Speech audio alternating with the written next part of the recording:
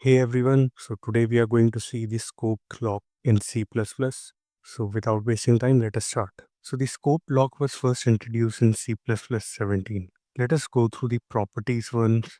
So a scope lock can lock multiple mutexes at once, and it is completely deadlock free. Let's check that in depth afterwards.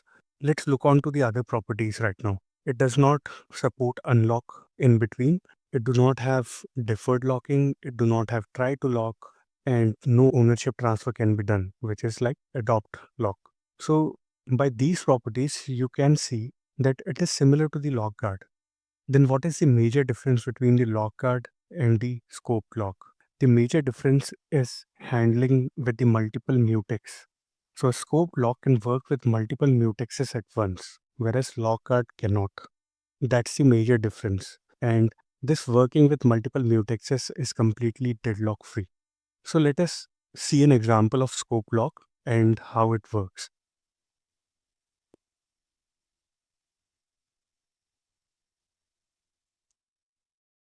Hash include iostream, hash include mutex, and now we'll take the same example, which was the print function. So if I'll write down a print function which takes int thread ID, and inside this we'll be having just a log thread ID is my thread ID, which is going to be printed.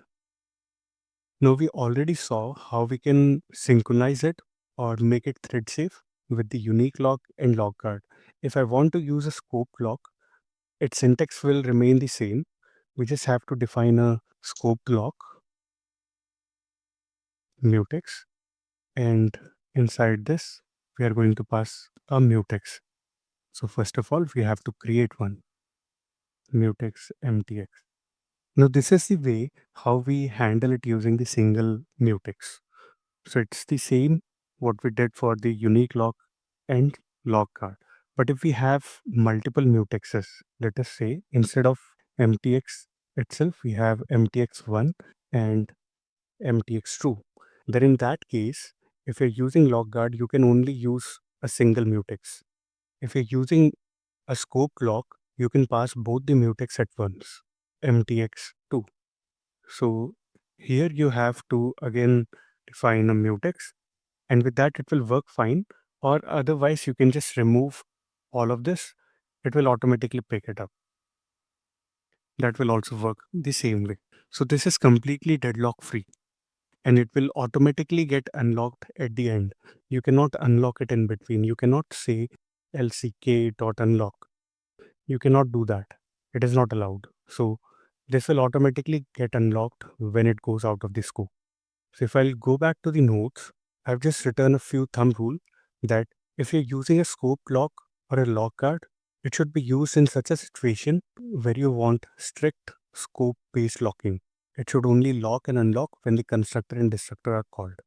Whereas you can use unique lock when you need flexibility to unlock, relock in those cases. So condition variable is one of those examples. So I hope you would have understood the scope lock better now, and how is it similar to the lock guard, and what are the differences between the lock guard, unique lock and scope lock.